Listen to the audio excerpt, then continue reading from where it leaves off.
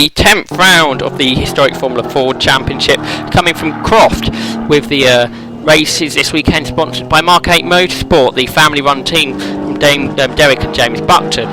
You can race with the team in the historic Formula Ford Championship on a where you can rent their car on a hire, arrive and drive basis. HSCC and Croft putting together a fantastic nostalgia weekend here this weekend, which historic Formula Ford playing a vital role in creating some of the best racing of the weekend, along with a 19 race package which brings out many spectators, where they can look at the classic cars and military displays. It's not just the on-track action which fans can enjoy, but also these off-track activities. Absolutely. Well, there's Mark Davis. Enjoyed by so many this weekend. Race 1 here on the weekend, coming on the Saturday. And even though not so much going on, plenty of people about to enjoy the atmosphere and the action provided by both the Historic Sports Car Club and Croft Circuit. Military display all the way down the runway at Croft, from Clairvaux to Sunny, a long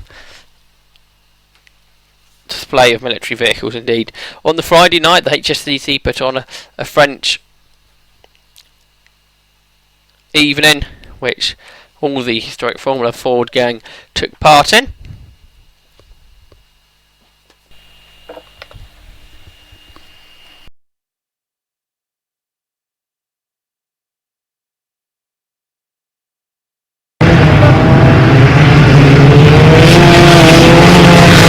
The cars on their green flag lap, and it was Callum Grant returning to the championship. He got pole position alongside him in Simon Toy.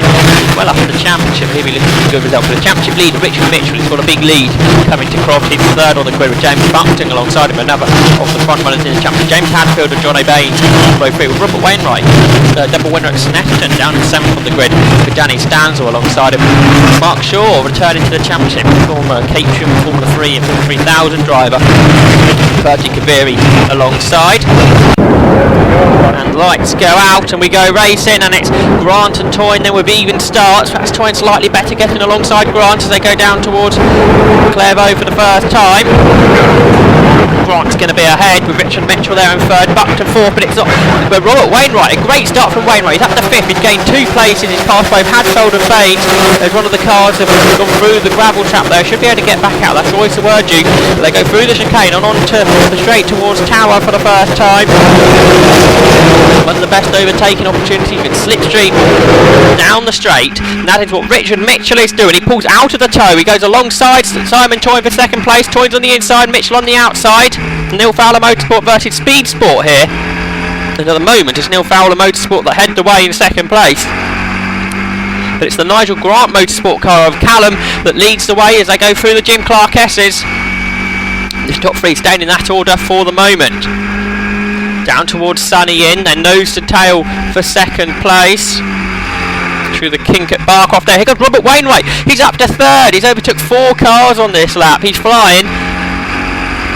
Some new tyres for the race. Perhaps them run on old tyres this morning in qualifying. That's why he wasn't so well up. Now he's challenging Simon Toyne. He's going to get into second place now. There's only one car further to go. Mitchell round the outside of Toyne. He outbrakes himself. He's on the grass. The car goes sideways and he clobbers the tyre wall there. And that's keeping me out of the race because it's got Ben front left there. So that's that's the championship leader out of the race. It's Callum Grant that leads Rob Wainwright down towards Clairvaux. It's Buckton and Hadfield battling over 4th place. Hadfield down the inside. And Buckton's in the gravel. He got run out wide there, but he gets back out of it. Don't lose much time through the gravel there. Not very deep at all. He's still on the outside of Hadfield, but Hadfield's got it as they head into the chicane of John O'Bain and Danny Stanzel right there as well. well, 4th, 5th, 6th and 7th on board with Baines, and Buckton is fighting back. He's going down the inside in towards Tower Corner, and he's got it done. Back into 4th place for Buckton. Hadfield trying to continue to go around the outside. He runs out of road though over the curbing. So it's 4th for Buckton, 5th for Hadfield. The two Jameses battling over 4th place. The Alden and the Titan. Through Croft they go. And it's still in that order with Baines joined into that battle now. Puff of smoke from the back of Buckton's car. Through Sunny Out they go, passing the spectator banks, which are pretty full this weekend. And Hadfield diving back down the inside into the complex. He's back into 4th, but he slides out wide, so Buckton comes back through. But he's got now the outside for the right-hander, so Hadfield stays in front. And into the hairpin they go. Baines looking to the outside of Buckton's car that keeps puffing smoke out the back of it. Here come the leaders then, down towards Clairvaux, and it's nose to tail Wainwright. In the slipstream of Callum Grant, he goes to the outside. There, he's got his nose halfway alongside, he's almost got it fully alongside, but Grant on the inside line will stay on the Simon Toyne staying with the pair of them. They go round to the long right-hander. Forward will go through the chicane. Further downfield, plenty of battle as always in the historic Formula Ford Championship. Alex Meek, Dick Dixon nose to tail heading down towards the chicane. 1, 2, 3, 4, 6 cars in that battle, then followed by the quartet behind. Here's a replay of what's happened on the opening lap to Roy Sergio as he headed into a Clairvaux, just went in a bit too hot, got in the gravel, and the gravel chucked the car sideways. Out of the Jim Clark S's for the top 3. Wainwright hunting down Callum Grant. If you can have a look into Sunny In. Not quite, but he's right on his tail as they come through Sunny Out with Simon Toyne chasing the pair of them, just letting them battle at the moment and staying within their slipstream and seeing if the race can come to him. Novice driver Oliver Smith closely following a tight battle ahead of him. I think that's Roy Sergio recovering through the field, getting ahead.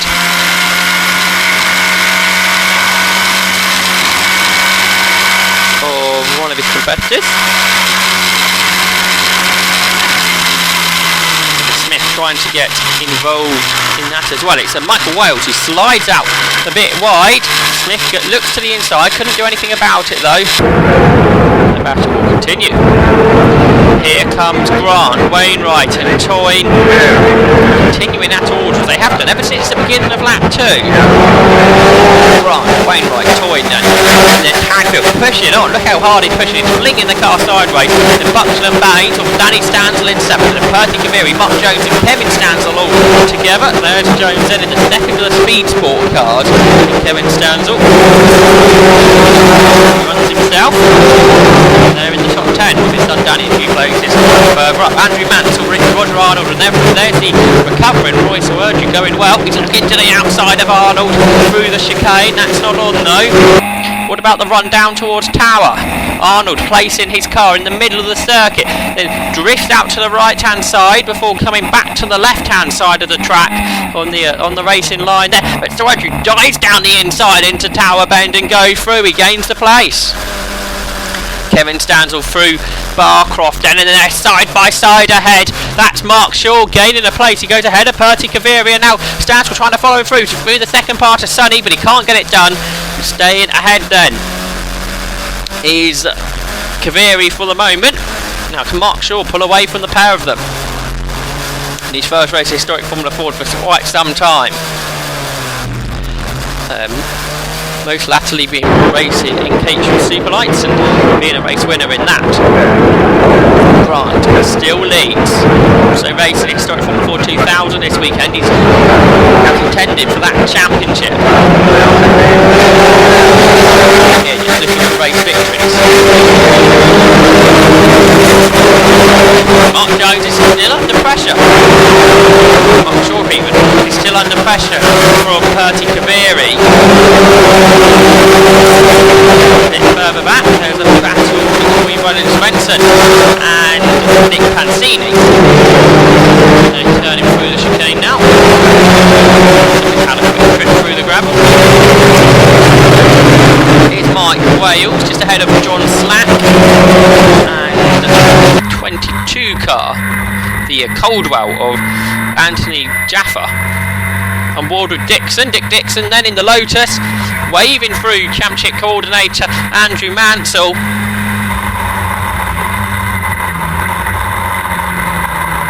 Mansell and Dixon, the two main people in putting this championship together and promoting it so well,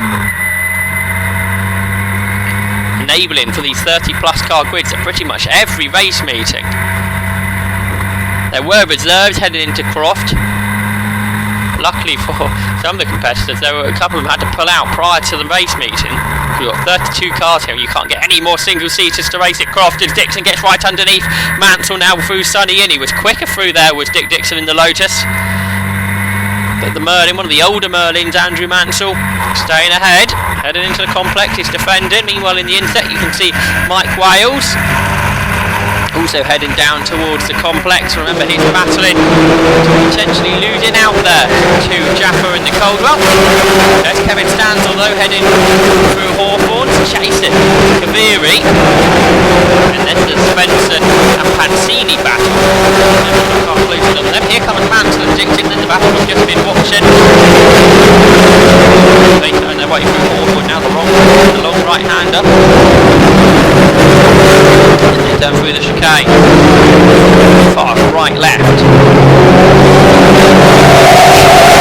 A spin, that's John Slack.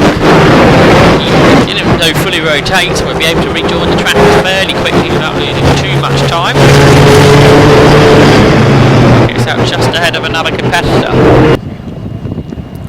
Here come the leaders then, they're into traffic. It's Grant ahead, one of the backmarkers waving them through on the left hand side, and that's what the leaders do. Wainwright trying to come round the outside of Callum Grant though. He boxes Grant in behind the backmarker, and Wainwright in the Alden goes to the front. A good move there. Remember, Wainwright and Grant had those two fantastic races at Snetterton, where the two races combined results just 100th of a second separating the pair of them. Meanwhile, Roger Arnold looking to the outside of Royce Urdu as they go down in towards Tower Bend. Is on the outside, to Urdu on the inside. The Macon just about staying in front, or is it? Because Arnold coming back through. He's got the inside for the first part of the Jim Clark S's, the really fast left-right, and Arnold's gone through. So he's back ahead. Oh, he runs a bit wide there though, exceeding track limits slightly. That's just a one-off, that won't be matter too much. Marshall's will make a note of it, however. If he doesn't do it again, that won't be a problem. Side by side for the lead. Grant goes back round the outside of Wainwright into Clairvaux, and he gets the lead back. But then he slides out wide, so Wainwright's got the lead on the inside line. He gets the lead back there on the side by side into the chicane. Someone's going to have to give way here, and it was Callum Grant that did so. So it's Wainwright, Grant, toying that absolutely together. Nothing separated the top three. Grant challenging back in towards Tower. He's looking to the outside. Meanwhile, Danny Stansel swoops through the middle of two back markers through the chicane. Mike Wales has got back ahead of Anthony Jaffa. Great battle the pair of them are having. They turn through the chicane now. And just a bit further back, John Slack is ahead of Peter Hamilton. Matt Wrigley chasing after the Svensson and Pansini battle. They were trying to go side by side into Sonny in there, but weren't able to do so. Wrigley fighting to catch the pair of them up. He just snatches a break into the complex. So here come the leaders. Grant did get back ahead of Wainwright. Now Toyn trying to do so into Clairvaux. Couldn't do it though. It stays behind. To the brakes into Tower Bend. Ashfield always fighting his car through there. In the big drift. Mark Shaw hunting down Danny Stansel. He goes very deep into Hawthorns. They can get the power on early. Sunny. Heading down towards the chicane, and Kaviri and Kevin Stanley fairly close together. Then it's James Lovett in 11th spot with this Benson and Pancini battle. Kevin with Matt Wrigley just behind the pair of them. Alex Meek just dealing with one of the slower cars. That's the Nike of Les Beards.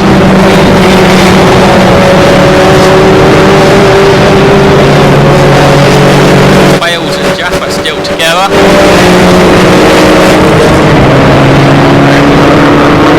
The Merlin ahead of the Coldwell. Meanwhile, it's Wainwright. Back ahead, but Callum Grant fighting back down the inside. Couldn't do it though. Now into Sunny. Simon Toyne still latched onto the back of the pair of them. In the Lola, it's Alden, Merlin, Lola, the three most raced cars in the Historic Formula Ford Championship, all battling together. Meanwhile, Nick Battini looking down the inside of Roland Svensson, and he gets it done. Does he? Yes. So heading to Sunny out. He had the inside line. That's clinched him the position. And now Matt Wrigley joining in on that scrap. Grant leads then after getting that place back away from Robert Wainwright. They're absolutely together through Clairvaux. The very fast first corner. James Hadfield's closed in on them. The leaders got held up in traffic, and that's allowed them all to come together. Fourth for the lead now with James Buckley not that further back, and neither is Jonathan Bain, but he's going to get caught in traffic through the chicane. So he loses out. With Danny Stansel now. He's under pressure from Mark Shaw. Shaw getting to grips with this Formula Ford and getting quicker all the time. Looking up there, Roland Svensson. There's Matt Wrigley going round the outside into Clairvaux to get the position. Good move that by Wrigley.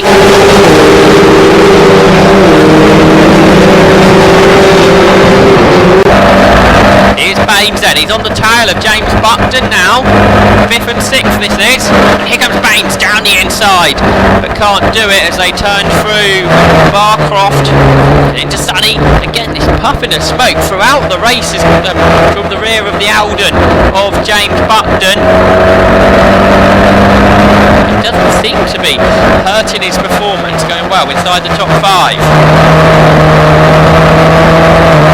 Through the complex they turn, and it's Hadfield got ahead of Toy. We've got pretty much 6 for the lead now. There is a back marker. No, Toy's still ahead. Hadfield, there's a back marker in there which James Buckton's going to have to deal with.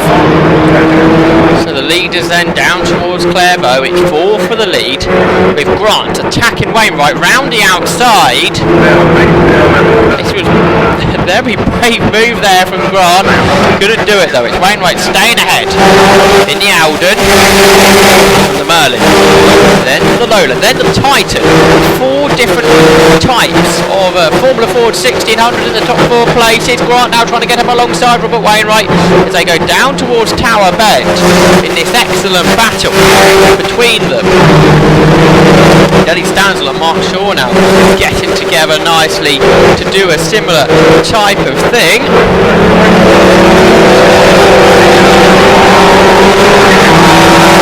Meanwhile, a little further back, Matt Wrigley pulling away from Roland Svensson. He's being caught by Alex Meek. So Danny Stansel through the Jim Clark S's working at the wheel pretty hard, and through Croft and down towards Sunny and down a gear, down into 3rd.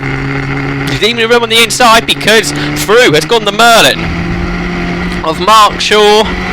Shaw going ahead then into 7th spot. He's defending the inside line. Stansel coming around the outside into the complex. And is he going to get this done? He looks like it. Working at the wheel again, drifting the car through the corner. He's got the inside now for the second part of the complex. He's got the place back before heading down towards the hairpin. This is another place where Shaw can dive down the inside, and that's exactly what he's done. He's got ahead, and he's slow off the corner, and Stansel into the back of him there. Unable to avoid the back of Shaw's car, but it's all changed for the lead. All small change for the lead because the leader Wainwright's got away, toiling into second. And James Hadfield, has he disappeared? Drama then in the closing stages. It looked like Mark Shaw missed a gear change coming out of the hairpin, and Danny Stansel was right underneath him, therefore unable to avoid